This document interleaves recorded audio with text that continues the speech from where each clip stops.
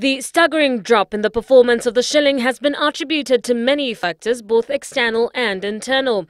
Foreign exchange from exports have dipped. Investors have been exiting the securities exchange, creating a situation where foreign currency has become scarce, hence in high demand. And here the principles of supply and demand apply. How bad is the situation? I mean, how much is the central bank? Because your monetary policy interventions have not really succeeded, as you've said, in trying to. So how bad is the situation really? It's clear that the private sector believes that there is some dynamism that is starting. And if that really happens, it will strengthen our exports and it will begin to close the current account. That, I think, is the first point to mention. I think in terms of the other side, which is the fiscal side, this is entirely in your hands. The Tanzanian shilling, the naira, as well as the Mozambican currency being other currencies that are facing a similar challenge.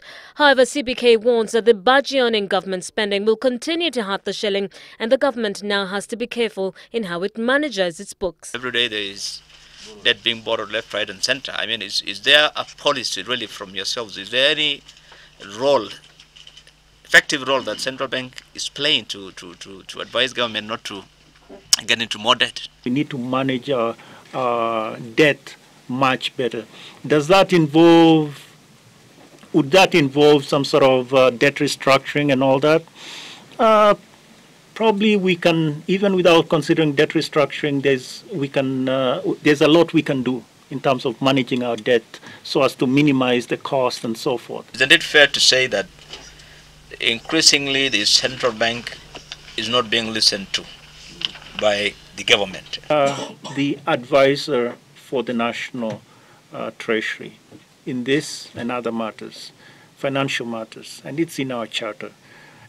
And in that sense, we will make our recommendation, but at the end of the day, it is the National Treasury that has to make their determination as to which way to go. In efforts to tame the falling shilling recently, the central bank raised its rates through the Monetary Policy Committee, as well as the Kenya Bank's reference rate, immediately raising interest rates for commercial loans across the country.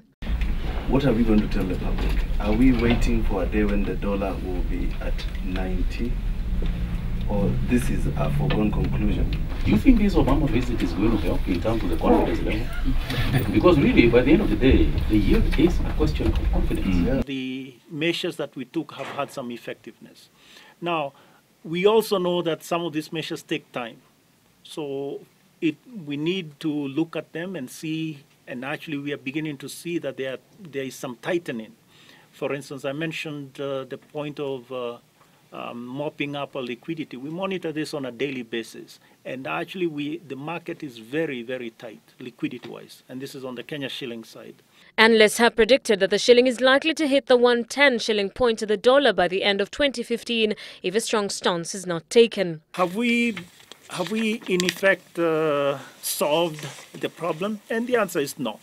We are monitoring the situation very, very closely. Traders say that the strong dollar and the continued slowdown of export earnings, especially from tourism, and the widening current account deficit are the biggest challenges that the CBK faces in its attempts to cushion the tanking of the shilling. Terry Ann Chibet for Monday Special.